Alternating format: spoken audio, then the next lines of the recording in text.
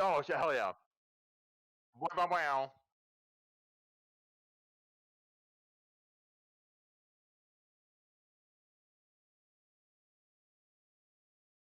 Yeah, you got it. What? That's me. Hi, I'm Salvatore. I'm the dungeon master here at a little Dicey D&D. Um, if you just joined us last week, you probably would be like, "Who's this random person?" Because I wasn't there, and Matt was filling in for me. Yeah, oh yeah, yeah. Neither of us were there. Hell yeah. Um, cool. But yeah, I'm the usual dungeon master here on the channel. And yeah, we're just gonna Michaela and I are just gonna shoot the shit for a little while. Hell yeah. Talk about the past like 15 odd episodes or so, right? Yeah, Something like yeah. that. That's sort of what the arc has been. Mm-hmm. I want to try to keep them as like just compartmentalized as possible, For like sure. that. You know what I mean? Like For I sure. don't know. There's something about like because we go so long, um, like our content like has to be consumed within like hours of 4 or like 3 or Yeah. 4. Yeah. It's just kind of like one story at a time could probably be like anywhere between 10 and 15. Anything longer than that, I'm just kind of like, damn, like Mm-hmm. what are you really doing for 10 sessions? You know what I For mean? real, So, yeah. I mean, y'all but do yeah, a lot, it feels like, so it's yeah, we do, yeah, we do. kicking But it's ass. so funny because it only really happens in game Mm-hmm. over the course of maybe like a week or a Yeah. week or two, maybe. Yeah, that like blew my mind the last time I think you had said like, yeah, it takes place like it's been like 2 weeks. I'm like, my god. I feel like I've Yeah, lived years in this world.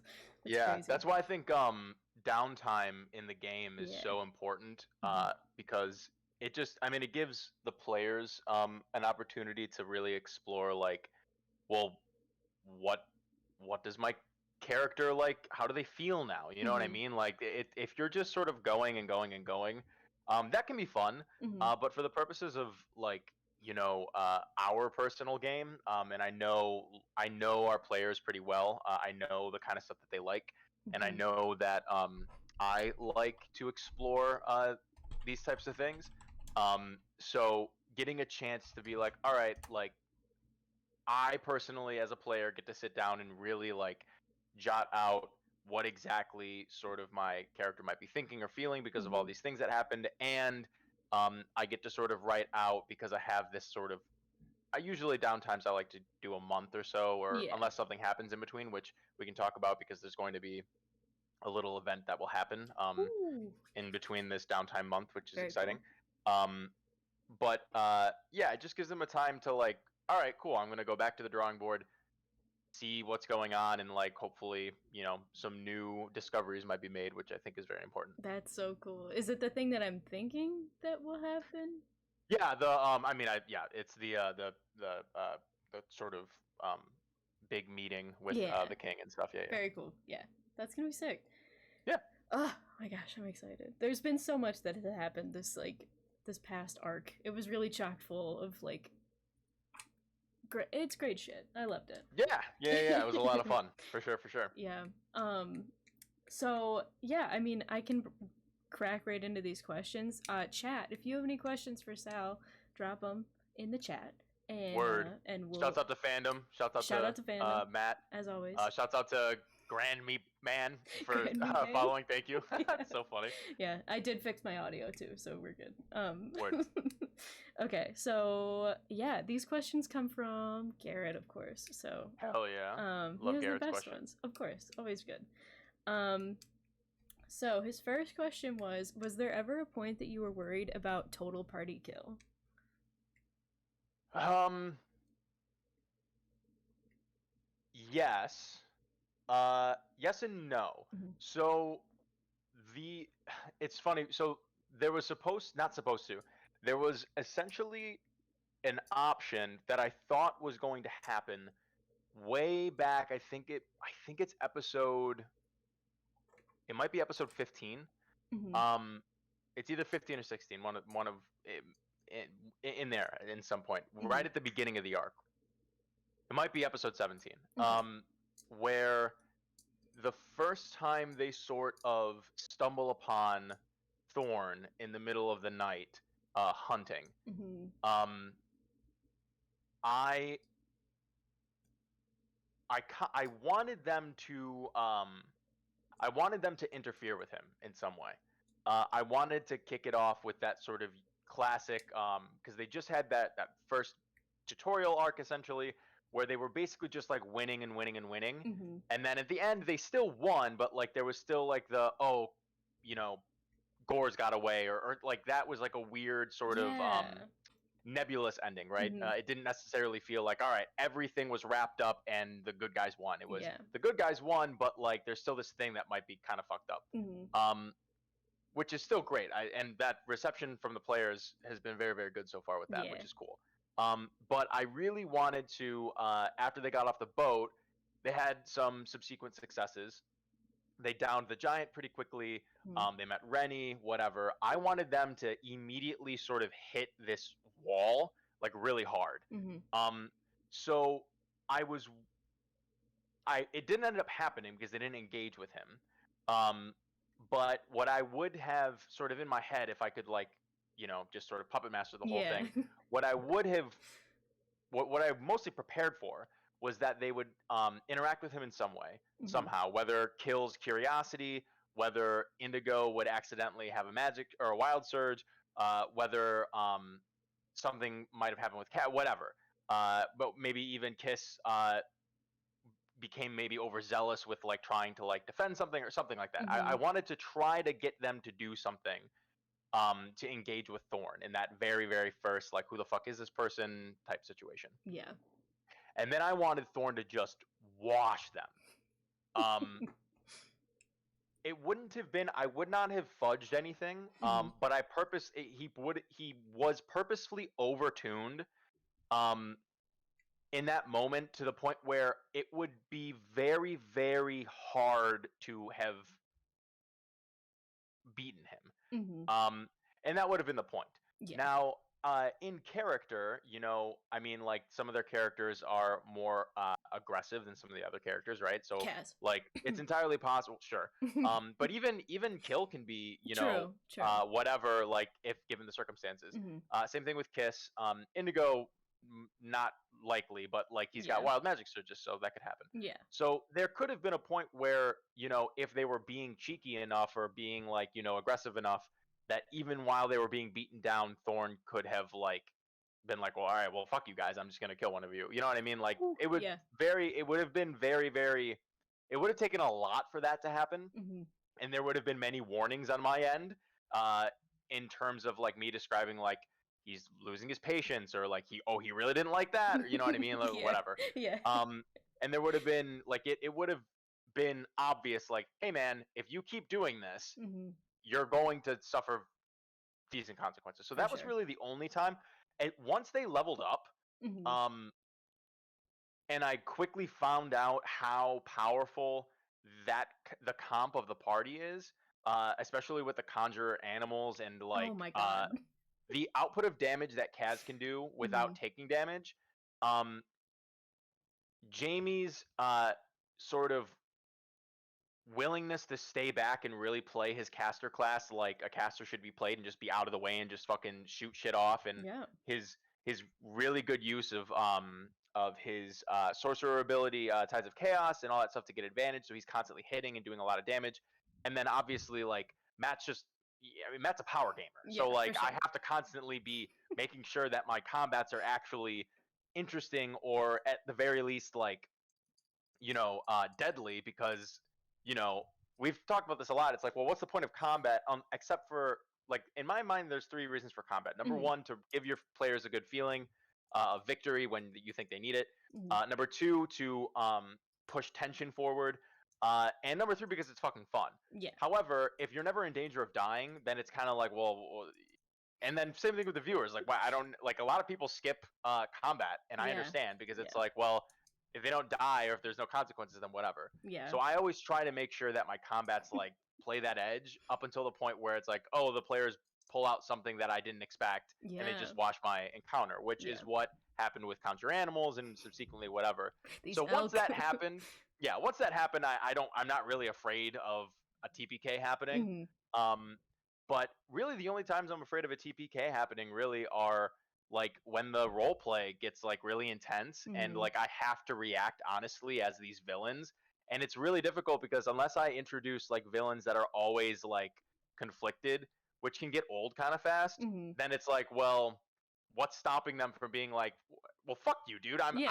I'm a bad guy. I don't play by the rules. I'm just Yeah. gonna fucking kill you. You know what I mean? So that's the hard thing. It's like towing that line of like, well, if I keep doing super complex villains, then it's like, well, okay, then every time they encounter one, they're gonna be like, I wonder what this guy's deal is. You know Yeah, what I mean? Like, exactly. or whatever. Yeah, it's So almost like, yeah, if we get into this new arc, I feel like they're gonna be so confident, and you gotta humble them you gotta quickly. humble them. You know what I mean? Yeah.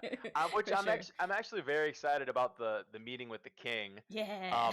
Not that I'm thinking of humbling them there or anything, but I know that Matt, and he's justified in having Kill think this, but like I'm interested to see like how he plays Kill in this meeting, because Kill knows like, well, fuck, like I've said some shit that has gotten me in trouble, and I don't want to get in trouble with all this shit or whatever, Yeah. because then I'd be locked away forever, and that's his worst fear. And then Kaz like just understands that intrinsically, and Indigo also understands that. So Yeah. it's just gonna be interesting of how they act. You know what I mean? So true. So, Yeah, but in it's terms of TPK, yeah. I think they're gonna be fine. They're pretty powerful. Yeah. I was just gonna say in terms of that meeting too, it's always funny because Garrett is very uh like he just understand like that one shot that we played where he like just knows how to go around rules, like if there are certain things he has to avoid, he knows to do that. Kaz would Yeah. have no idea how to fucking do that. Right. Like, Exactly. you sneaky little like, Yeah. but it's whatever. It's I get it. Like we already have Kill that's already like Indigo cannot babysit these two, like so yeah, and then next Garrett's next question also goes with fandom's next question. Oh, sick. Okay, cool. Which said, do you have any plans involving Avra, Aaron's NPC, or is she just another casualty of Indigo's wild magic? Which I thought about her too when we had the earthquake. Yeah. Is she still around, or is she gone? Yeah. So I'll definitely. So this is what I will say. Yeah. So when it comes to NPC creation, via the chat, I always take them seriously, and I always try to play them honestly, and I always try to incorporate them into the reality of the game.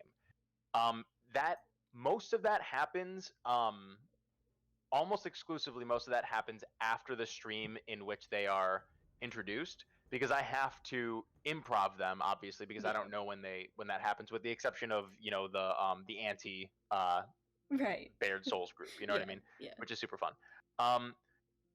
But I don't necessarily control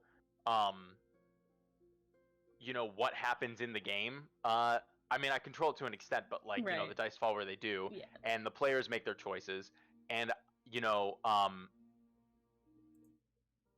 it's funny because it's like, well, we've only had so many NPCs redeemed, and a lot of them were killed.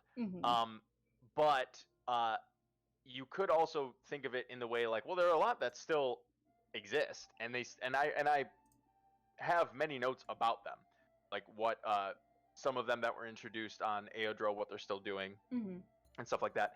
So I do have essentially like an entire like Word document just solely devoted to Avra and like what happened and where she's from and like all these things and what was in motion, and what would happen if certain events took place. And a lot of the events did take place, and a lot of things were not stopped. So can you give an example of that also? Just example of like one of the events taking place? Yeah. So one in particular was Ilin being able to go back into the mines after the characters sort of discovered all these things, and then whatever he was doing down there, if that was not interrupted, which it was not. They did not attempt to, after being told a couple times that he was down there, they did not attempt at all to interfere with what he was doing. Gotcha. So he fully completed. I mean, he essentially completed his mission in ABERL-ARC. Yes, he was slain. Mm-hmm. But I mean, he basically did. I mean, like, what he was called to do there, he did. He was able to finally complete it. And so, because that happened, subsequently, a couple other things happened, and then Avra's next part of her little existence was warped by those things, if that makes sense. Yeah, for sure. That's crazy. Yeah. That's fucking crazy. But I mean, like, to give you an example of like stuff like going like almost changing the game, NPC wise, like when the Inquisitor was introduced as an NPC, he wasn't originally introduced as an Inquisitor. I just felt that was such a perfect description of what I had already been thinking about in terms of an Inquisitor that I hadn't really like finalized yet, because I knew that they wouldn't really encounter that. Yeah. That I was just like, you know what, fuck it, that's awesome. And so that was Pat's, right? I don't think it was Pat. I feel like it was extras. Oh, you might be right. Yeah. I feel like it was extras. I could be wrong. I don't remember. It could also be Pat's. I can't remember. Off the top of my head. It was a good one though. Just it was nice. All right, we'll go on to the next question. The next one from Garrett says, can we have some more info on how Thorn's sword worked, or perhaps more info on his power set? Yeah, absolutely. So he was essentially an Oath of Conquest paladin, retrained, and his deity was that person that showed up. Oh shit! Whose identity has not yet been revealed properly. Right. But so he was essentially. I mean, like, when I say Oath of Conquest Paladin, I don't necessarily mean he exactly was that. His thing was sort of a unique amalgamation, and I took a lot of inspiration from that subclass of Paladin. He had a lot of abilities that I took straight from that subclass because I like them, and I think it's very cool. Did you talk about this on the podcast too, like that specific subclass? Okay. No, I did not. I think I mentioned there were a couple cool abilities that the Oath of Conquest got that felt really good. Yeah. Because paladins can be really powerful, but I didn't specifically mention that's actually what Thorn was. Very tricky. There were also a couple other things that Thorn could do outside of that, just because of the nature of him being an NPC. You know what I mean? And like the players, there's 3 to 4 players at any given time in our game. So like the action economy on a 3 or 4 on 1 fight, my monster has to be able to do things that the players can't. So there are things that it could do that a Oath of Conquest Paladin just simply couldn't. But I don't mind at all, because I like this weapon. I'm pretty proud of it. I can tell you exactly what his weapon did. And there was an opportunity before he was scooped up that someone probably could have looted the weapon. But I don't think anybody thought of that in the moment because things were very heightened and whatnot. And there will still be opportunity. I'm sure there will be an opportunity for that weapon to be attained. Duly noted. Yes. So it is known as the Bloodbane Axe. So this single-headed axe is shaped in the style of an executioner's cleaver. It should not be as balanced as it is. The edge of its blade is gnarled in some places as if it has fangs. You're basically able to so when you attune to this weapon, you can cast the Bane spell at a DC 14 at will, so it doesn't cost a spell slot as a bonus action. So it's already very powerful. He did that a couple times in the fight.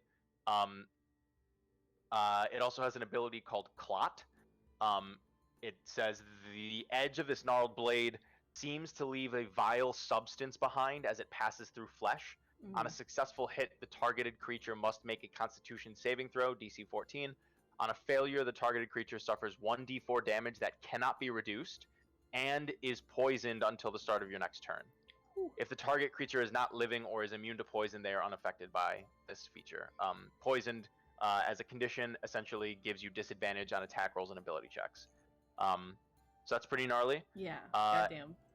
And it also has something that I won't say, because if anyone were to attain it, I want that person to discover this sort of third thing that it does. So But those are its cool. two main things. Yeah. I don't remember if it's a +1 or not. It might be. But it's a great axe. Requires attunement, and you can cast Bane at will as a bonus action, like I said, and then you basically get to do an extra D4 poison damage and can cause a creature to be poisoned. So it's very powerful. Yeah, that sounds fucking rad. I'm excited. Yeah, it's super rad. Just as a side note too, I think after you guys do the like are finished with doing the class ranks on your podcast, you should definitely do like a monster building episode where like teach us how to balance battles. That's like something I genuinely do not understand, so I would love to learn. Yeah, I definitely, I think that's a great idea. I'm actually working on a script for just a produced like YouTube video for that, essentially. So cool. Okay. I do want to devote like an episode of the podcast to sort of talk further about it. Yeah. But I'm working on a couple scripts so that I could sort of mass produce them, and then we can just upload them at whatever times. Very cool. But that one in particular is something that I want to get into because it's complicated, but it's also, once you get the hang of it, it's kind of just like you have to just be familiar with your party. Yeah. Which I really am. And you know, one of my biggest things about it is that I like to not look forward to what they're getting, so that I can be surprised by things that happen, which I keep bringing it back to because it's just perfect. But I really thought that the battle with oh fuck, off the top of my head I can't believe with Laron, I thought the fight with Laron was going to be a little bit more just a little bit more like skin of the teeth. Yeah. You know what I mean? I kind of wanted the because I really wanted the stakes to be really high, especially with having Kaz there and having everybody be so far out. But Conjure Animals just sort of it just sort of nullified the happens to the best of us. Yeah. It does, but that's the thing, that's what makes the players feel really good. Yeah. When they succeed, it feels like that they got one over on me, which they did. But if I looked ahead at that and I plan for that, which is not fair, like, you know what I mean, like that's how, you know what I mean. So yeah. I don't know, I think it's more authentic, and it makes the players feel better, and it just makes for a more exciting experience. I feel like Matt definitely felt good after that episode. I hope he did. He deserves it. It's good. Word. So next one from Garrett: when did you decide to have Stant be the replacement Hand of Hell? Stant was always going to be a part of this arc in some capacity.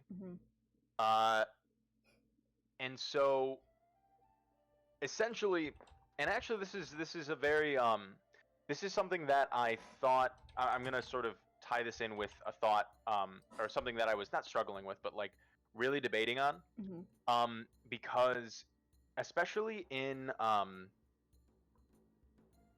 this is going to sound tangential, but it's not, I promise. I'm going to bring it back around. Yeah, I got you. But in media, at least as far as I know it, especially in like the fantasy trope or this sort of like sacrificial type trope, and I think that I wish Jamie was here because I kind of I would want to bounce this off him, but I hope that I hope that he would say that I did this justice. And a lot of it was because he really stepped up in that moment where Marcroft was sort of beckoned to be the Hand of Hell. And so anyways, I didn't know if it was worth it to not, I don't want to use the word villainize, but to turn one of the only, not the only, but like one of the more forward and like strong presenting queer NPCs in my game, that sort of acted as this like almost like MacGuffin type situation where like they're trying to the party's trying to free this person from their literal prison. Yeah. And I didn't know if it was worth it to extend that desire, or to extend that that reward, essentially, you know what I mean? Mm-hmm. Just for the sake of really really elongating that, making it even more of a slow burn, being like, oh Yeah. fuck, like we just broke this guy out of prison, now he's the fucking hand of hell and whatever, and Yeah. now you know Harry is still this whole thing is still fucked, Mm-hmm. that doesn't feel good. But at the same time, it's like, well, that's another loose end that might be interesting to whatever, and to bring around. Mm-hmm. And so I was sort of struggling with this when I was writing what the end of the arc might look like, because there's always many different things. For sure. And I was like, you know what, I don't necessarily think that it is regressive in a way that is harmful to that sort of presentation of having this strong queer character in my game that is an NPC that the party interacts with and has saved. And then because I know that we're going to be playing for a while, so it's it's not like that's the end of his story, and it's just like, well, all right, well, my one strong queer character that I've introduced that's a big part of this arc, fucked off. fuck that guy. Yeah. Yeah. You know what I mean?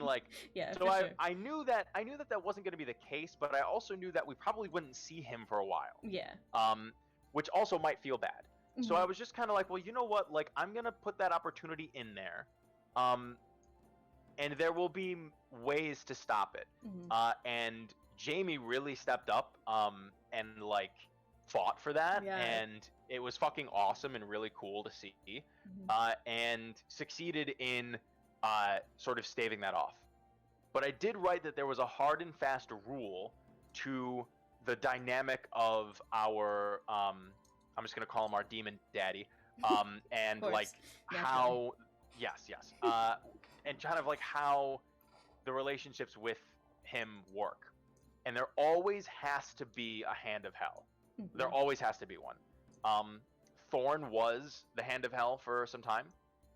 Obviously, Thorn was slain. Right. So I went through some things, and I was like, all right, a couple candidates could be Maeve.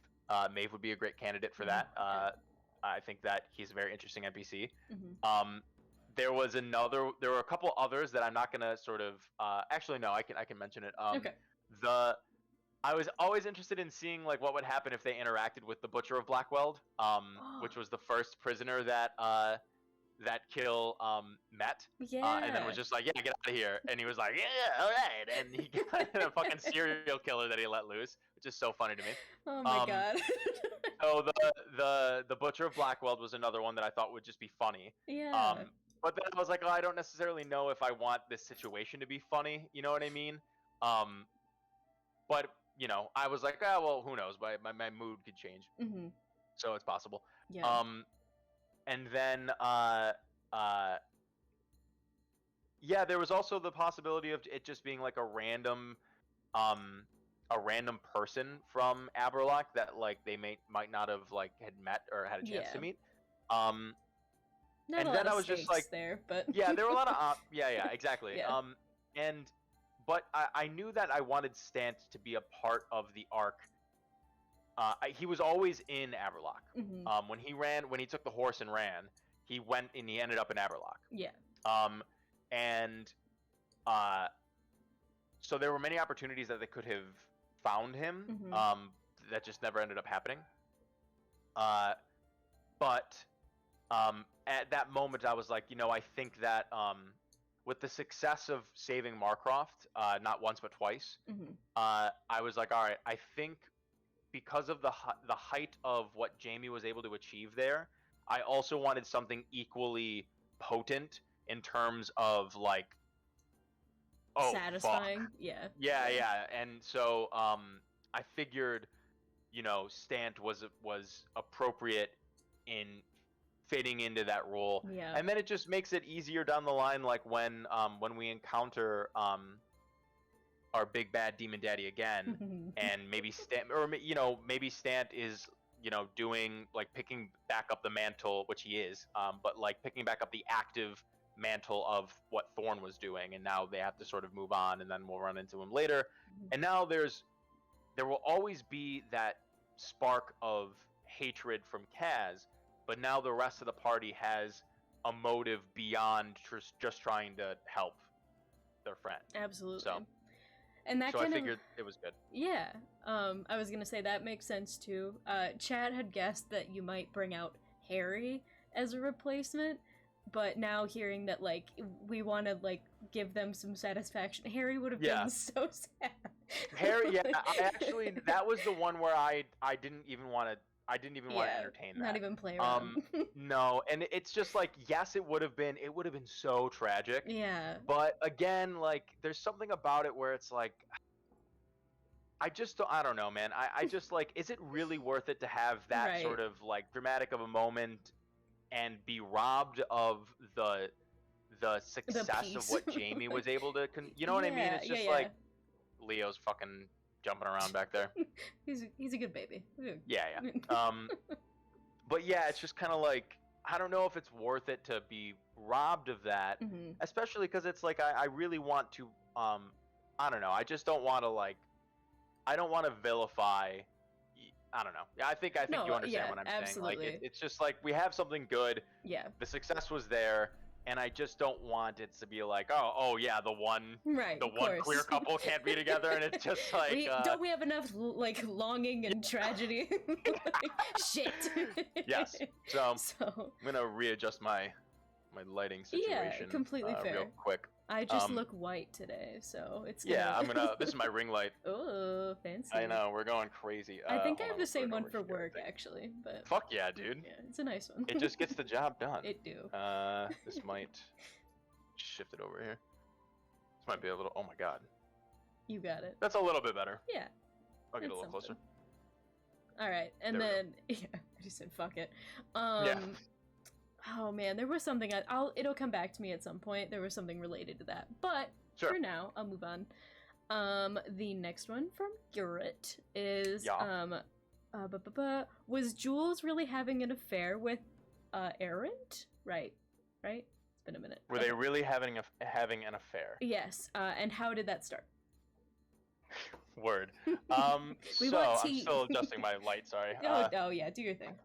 Just think about it. I'll think about what question I had to. Sure, no worries. Something. Is that? No, I feel like they just made it. Oh, it's more even now. Okay, it's fine. Yeah. It's kind of fine. Yeah. Okay. Yes, they were really having an affair. Oh shit. How did it start? So it basically started when Thorn showed up. Okay. And there are a couple connections that have not been discovered yet that might come up. Will likely come up once the party. They all wrote their sort of downtime things for me already. So I know a couple of the characters are going to be further investigating some things. So I don't necessarily want to say more than just confirming that they did have an affair. And it's very likely that we will get more details of that on Wednesday. Okay. So, or not this Wednesday, but next. Next Wednesday. To be clear. I did remember my question too, and it was a question related to Demon Daddy. Yeah. And we have, like, I think it's been mentioned already that the players know who this person is.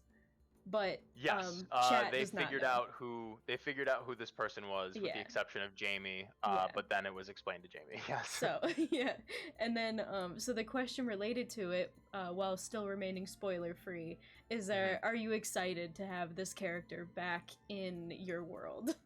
Yeah, I am. Yeah, very much so. I'm excited to role play what this character has become. Yeah.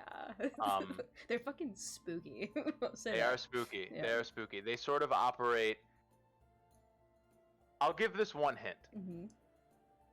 If anybody has watched campaign 1 of Critical Role, there's something that Liam O'Brien did at the very end of the game, Mm-hmm. and then subsequently in a one-shot sort of I think they did this because it was a donation reward or something when they were first raising money for the animated series. So this is like Yeah. maybe 4 years ago or Okay. something. This was sort of in the beginning of campaign 2, Mm-hmm. timeline wise, like in real life. And so they raised, I mean, you might know the story. Their initial goal was like $1 million. They raised fucking like 20 million or something. Something crazy. Yeah, and then they were able to get 2 seasons on Amazon Prime, right? So, Mm-hmm. they're raising this money, and one of the dono like goal rewards or whatever was doing this particular one shot, which was the wedding between Vexalia and Percy. So Laura Bailey's character and Taliesin Jaffe's character. Mm-hmm. And spoilers for campaign 1 of Critical Role, Liam's character essentially dies, and then has to serve this god in like perpetuity for all of eternity. And then for the wedding, Scanlan, played by Sam Riegel, Mm-hmm. essentially is very high, like a max level bard or whatever. Mm-hmm. So he uses the wish spell to wish that Vexalia's brother, who is Liam's dead character, can give a speech at his sister's wedding. Mm-hmm. Right? So it's this beautiful moment, and Liam plays the character completely different than how he was in the game, because he has been dead and sort of time does not exist for him anymore. So I've been playing around with this idea of how this character might act now, knowing the goals on sort of on his shoulders and the power that he has now, and the sort of I don't want to use the word realm because I don't want that to be taken literally. Yeah. But the figurative realm in which he sort of exists now. Yeah. So, because that would change someone, you know what I mean? You can't Mhm. just, you can't just be one person, encounter these things, and then like be the same person afterwards. Right. So, that's sort of the weird, like nebulous way of me being like, this is kind of who this person is, but also not. Yeah. But No that's one's sort gonna of have my any idea, but yeah, that's my approach essentially, is what I'm saying. That's so cool. Yeah. Oh, I love that. Yeah. I'm excited. I'm also, like, once I found out who they are, I was like, Yeah. that's fucking rad. And Yeah, also, yeah, there's yeah. like theories that like they like might be related to Kaz in some way, but Who knows? Who knows? That's Who knows? like not even the. I mean, the I do. players know. I know. But Sal knows. who knows? Sal knows everything. I did write the game. You did. I'll go with another. Because I want to save one of these questions for last, so I'm gonna skip around. Okay, so, do you have something in mind for what Cassander is up to right now? Is she still impacting the world in some way that we currently don't see? Yeah, absolutely. I mean, she is on the way to she's on the way back to Amil, or the province of Amil, with Rennie. She's taking Rennie back to her childhood home, and trying to keep him safe. It's gonna take a while because that's literally cross country, the literal other side of the country. So it's gonna take a while, and also I believe, well, I know that there's a party that went out to essentially retrieve him. Yeah. I don't remember off the top of my head if it was decided that Markroft would stay in the town instead of go there I think to he's retrieve staying. him. I lost you, by the way. Oh. Oh no, just kidding. I got you okay. back. I'm good. I Yeah. got you back. I was just saying that I think they decided that he was gonna stay with Harry. Yeah. Okay. 'cause Cool. they- yeah.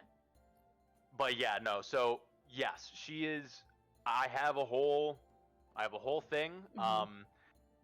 So it's like to double back around to what I said earlier about like the NPCs and stuff. Yeah. I have a whole thing, like pages of Cassander stuff. Oh. Like if this happens, then this, and like just like this like crazy uh like if then equation, Yeah. like this huge function or whatever on like what might happen with Cassander. So Very cool. yeah, I'm always thinking about that because I try to make the world alive, and I really would hope that you know, any action large enough on the party's end would affect the world in such a way that I can go through my notes and be like, oh, that's changed now, or like, well, that doesn't exist anymore, or this person's fucking dead, or you know what I mean? Yeah. So very cool. I love that. Ugh. Yeah. All right, and then okay. So yeah, this is the last. I mean, this is the last one from Garrett. So if chat, Sure. you know, if you have other questions, I had one. I'll think of another one, but oh, actually no, we'll do that one first. So yeah, because you had said that you had plans for the NPCs that we've created. Yeah. Are like dark ones. Yes. Yes, your anti-party. So, yeah. Yes, the anti-party. Double entendre. I love it. But so yeah, can you give us any like clues about what's going on with them? I want to catch up. Yeah. I would say I'll say two things. Actually, I'll just say one thing, and I'll let you come to the conclusion. Okay. To it. I think that they might be the type of people that might just show up, you know, in between. Sure. Yeah. Good to know. So tune in, guys. Yeah. So maybe you might want to be there next. Not this Wednesday, but well, I mean, you want to be there this Wednesday too. Yeah. But, yeah, who knows? You might want to see. They might be there. They might not. Who knows? Yeah. Okay. So this one could take a while too. This is Garrett's. Like he really wants to know. Okay. What are some standout moments from the players during this arc? And what are your personal favorites? Ooh, that's a good question. Yeah. I'm gonna work my way backwards. Okay, sure. Just because it's easier for me to, and like recency bias, you know what I mean? Yeah. Oh yeah. But I've already talked about it earlier. But Jamie's speech to Marcroft to keep him from accepting the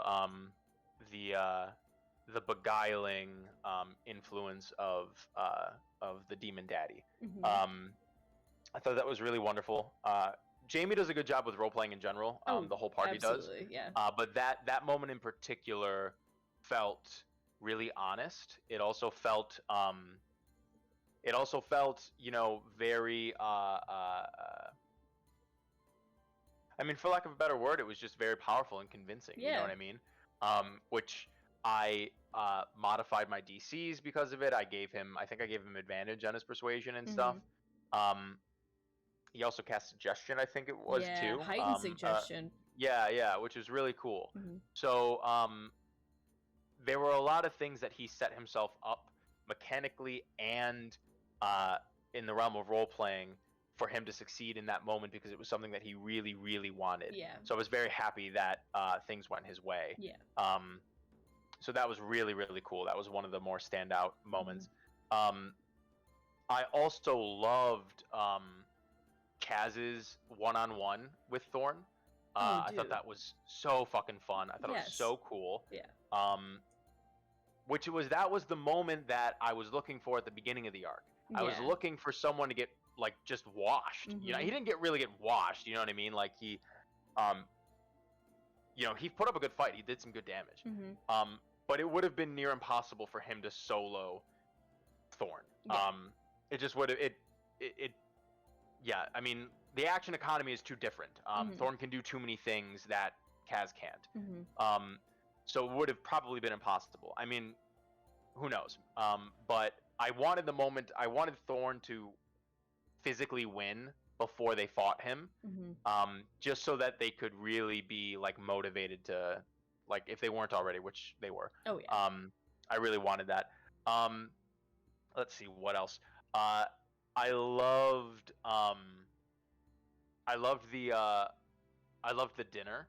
Uh, I thought that was very fun. That was very fun to role play. There was a lot of Yes. subterfuge trying to go Oh on. yeah. There was a lot of them trying to like read the NPCs, Mhm. which was cool. Those The Easter moments eggs. with the latrines and stuff, Yeah. and the Oh them trying to yeah. sneak around the house, so fun. Mhm. So that was a really good time. Yeah. Um, uh, yeah, I mean, oh, the the character choice that Matt made for Kill, in that he was very, very motivated to not have to be housed in the stone home, Mhm. and B, to destroy the stone home, or to at least, you know, get rid of it or Yeah. get people out of there, no matter what they did, was really, I think it's a very interesting choice, very cool. I Mhm. thought that was very Very Kill. yeah, which is awesome. It just kind of shows the level of understanding that Matt has of what he wants his character to be, Yeah. which is cool. Um, yeah, and then I guess one of the probably the more surprising things to me, or just the one where I just didn't expect it to go the way it went, in many many ways, was Mhm. the encounter with Laurent. Um, because at first I thought that the encounter was going to not be an encounter at all. Mhm. Because I think like all of them except for Indigo were like, all right, well, fuck them. You know what I Yeah. mean? Like, and Yeah. not really. They didn't really say fuck them, but they were just like, well, what are they gonna? They haven't done anything to him yet. Yeah. And I was just like, damn, what an attitude to take. Whatever. I mean, like, listen, like, that wasn't It's the a wrong thing. It choice. wasn't the right Whatever. thing. It was simply a choice. Yeah. And so I was very, and it sucks because it's always fucking Garrett, and I feel horrible. Yeah. But it's like, it's just Yeah. how I mean, what I will say is that the two other times, like when Roscoe died in campaign 1, Garrett's first character with me as a dungeon master and the Mhm. rest of the party, that was I think that was poignant and powerful Mhm. and effective.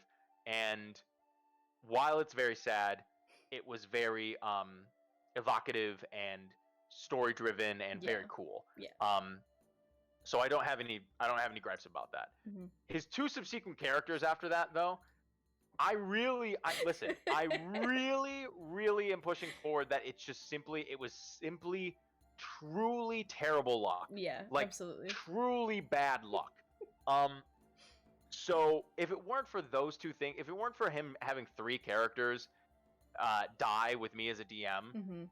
before this, maybe I would have been less reluctant to just be like, all right, well, you're not doing anything. I guess we'll fuck them. Yeah. Like, and we'll find a different way to find you. Mhm. Especially because Laurent is probably the more, when it comes to like war and shit like that, probably the more ruthless out of the members of the Knights Round. Mhm. Ibrahim is probably the most annoying and Yeah. like the most like, I mean, he's just not the most like vicious when it Yeah. comes He's to like like that by kind the of stuff. book, it feels like. Yeah, So, yeah, yeah, yeah. yeah. And Laurent is definitely way more by the streets. Yeah. Um, Street smarts. Laurent's for the streets for real. And so I like love it. I was like, damn, like he understands the value of a hostage and he understands the value of whatever. Mhm. But if the people that he's dealing with don't have that same understanding or don't have that same amount of value to whatever, then he's like, well, fuck, I guess this is just a loss. I'm going to cut my losses. Yeah. So it was very close. And then finally, I think Indigo convinced Kill to make a move, and then they did. Mhm. So that probably is one of the standout moments for me, because I was like, damn, like they drew a hard line in the sand, which is, again, I'm not saying it was the wrong choice. I'm not saying it was the right choice. I'm just Mhm. saying that was a standout moment for me because they made a choice that I didn't expect them to make. I thought I Yeah. was gonna be able to coax them into. I thought I was being clever. You know what I mean? I didn't even think it was LeBron. I was just in my head. I was like, fucking hook, line, and sinker. They're gonna come down and get him. It's gonna be cool, whatever. And they were like, no, like, doesn't seem like they're gonna kill him. They would probably already want it done already. And I was just like, damn, guys. So just playing equally as smart, really, I guess. Yeah, and like, which, hey, credit to him. And then they washed the fuck out of him with Conjure Animals. So Dude. Who am I to say anything? Yeah, both of those, like, I think Ibrahim and Laurent's kills were like out of nowhere to me. I mean, I get it, but like I was like, oh my god, okay, he's dead. Fuck. Yeah. Y'all really did. You really did that. Yeah, I mean that's a testament to skill. To how just how good they are as a team. Yeah. Which is really cool. Yeah. Like they used to just, I mean, like you had said in the last couple arcs too, like, or even just like Garrett's characters in the past campaign. Characters. Yes. Where like it was just a matter of like they, someone got scared and so they had to run off into the woods, and then like that's one less they just couldn't get out of that. So there's like it's just the fact that they all got to stay together for the most part too, that like like they did their shit. They got that shit done, and that was good. Yeah. But yeah, and I'll break it up really quick just to answer Fandom's question too, so we don't forget. Sure. Speaking of Ibrahim and books, did we ever find out what he was writing in that book of his on the way to the city?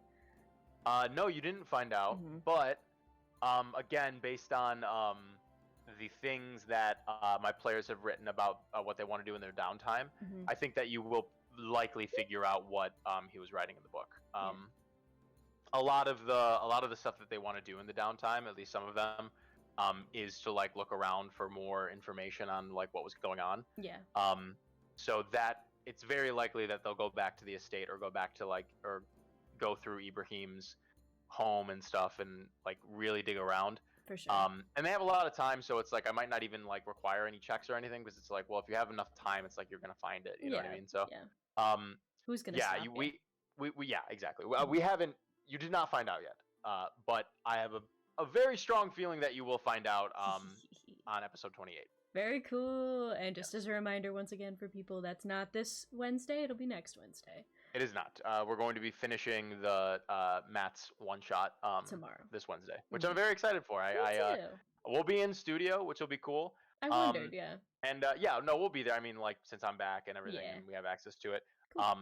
But yeah, I don't know. I think you and I will just be spectating, which will be fun. Very fun. I'll just watch. So it'll be a good time. You could have just like one other camera, like in that bottom square, just for us to be just like Sal Mika reaction. We'll just sit there like, good job, guys. Yeah. I don't know if you watched last week's. Like, did you catch up on it? Yeah. Okay. Oh yeah, I watched the VOD. Yeah, shit's fucking spooky. It's like I love it. I'm really excited. So that's gonna be exciting. Yeah. Did you have any more like favorite moments too that you wanted to? I think I have a couple. Trying to think. But well, tell me. I would love to know. I would love to hear yours. Well, basically, Indigo really shined this arc. Yeah, like, Indigo was really, really cool this arc. I mean, he's always great. But he's always great. Yeah, like like you had said, the Markov moment was great. There was another like earlier on. Like that moment of just being like, yeah, fuck it, is cool. Like, he's just had. There was one other thing though that like, now I'm blanking on it, but he's just. Was it the because chat? I think it was not mostly, but a big part of it was like chat was like really going hard with the surges. Yes. This arc, like really going really hard with them. Yeah, and so that whole moment of him like being like, I'm gonna walk back or whatever, and like all this shit happening, and then like him like sort of turning the tables on what was going on, I thought was really cool. That was very such intuitive a cool moment. by Jamie. Yeah. Yeah. The whole I think I've loved all of like the little side characters this season. Obviously, as chat knows, I love Modron more than anything in the world. Badron, that's my love. And and like I cannot believe like what are the fucking odds that I keep rolling that fucking surge? It's ridiculous. It's insane. I love it. And like Silent Bob was great. What a cute little addition. Yes. Like we just had so many cute I don't know, just little moments this arc that I'm really proud of. Yeah, they were really cool. Yeah. Oh, I loved it. But yeah. Sure. Do you have any other favorites? Just off the top of my head, I mean, I really had fun this arc. I think that it was a Yeah, lot it of was fun. so fun. It was really, really cool. I'm trying to think. I mean, I liked a lot of stuff. I really Yeah. liked the first introduction that we had with Thorn. I really liked the Mhm. choice that the party made to not interact and just try to like get as much information as they could. Mhm. I loved the first actual like verbal interaction that they had with him on the way up to ABERL-ARC. I thought that episode was very tense. Mhm. Thought it was very cool. I really loved the role playing that they were doing. Yeah, it was just yeah, I felt really good about it. I'm very I've been very cognizant of what's been working Mhm. and very excited to try out some things in this upcoming excursion. Yeah. So should Hell be fun. yeah. It should be fun. I forgot to. Did we figure out what happened with like Dove also or no? Yeah, so Okay. she was a maidservant in Mhm. Thorn's estate, and she essentially was a part of that sort of force that once like Ibrahim and like once the estate was basically infiltrated and there was a big fight in the study and all this stuff. Yeah. She lives in the slums Mhm. with her dad and Garnick, and they were a part of the liberation. Okay. We did Sort of see her then initial at front. the end. Yeah. Okay. Yeah. Gotcha. I just wanted to make sure like she good. No, yeah, she's good. Cool. She's good. Yeah, Cool. yeah, that was cool. Very that was cool. Dove and Garnick are safe. Yeah, okay. That was all that was like I was trying to recount the stuff that I was like, wait, what did I miss here, Yeah. you know? Sure. So yeah, I'm really proud of you guys. This arc has been amazing. I'm so Yeah. fucking excited to keep going. Same. Dude, like and yeah, y'all are killing it. So Yeah, it's gonna be a good time. yeah, Definitely. absolutely. Yeah. We good? Yeah, We I we're think gonna so. wrap it up? We Oh, can yeah. wrap it up here. You know, for everybody who is staying and hanging out in chat, asking fandom, thank you for your questions. Always amazing. Yeah. Thank you, fandom. We appreciate it. You're always one of those people. You're like very attentive to our story, and like Yeah. I love that. I really appreciate people like you. So Yeah. Fandom's the thank you homie. for absolutely. So yeah, so tomorrow it sounds like we're gonna be doing part 2 of Matt's two-shot now. So that'll be so exciting. I will be in chat once again. Sal will also be hanging in chat. So Hell yeah. yeah, make sure you guys stop by, and then the next thing after that will be the podcast on Saturday. And Hell yeah. do we know who's in the running for what we're talking about? Let me check. I believe it might be Rogue. Yeah, it's either Rogue or let's see. Fight. It is Rogue. Right Yeah. now it's Rogue. Yes. Very cool. So if you want exciting. Rogue to definitely win, go, I'll drop the Discord once again. Hell yeah. Just make sure you get your votes in, and then if you are like me and a contrarian, vote for the other thing. I wanted Fighter this one, but it's fine. It's whatever. I'm not mad about it. I think have I voted yet? I don't know. Yeah, I voted for Fighter too. See? Okay, so B Monk did. Yeah, B Monk and I did. Oh, okay, what did I vote for? I think I voted for Cleric and something else, but whatever, guys. We'll get it. Fuck it. All We'll right. get to him. Yeah, we'll get to them. Gotta do them all, so. Word. So good. All right. Well, that is it for us tonight, guys. We will see you tomorrow. And Peace out. Peace out. Have a good night. Yeah. Bye. Hell yeah.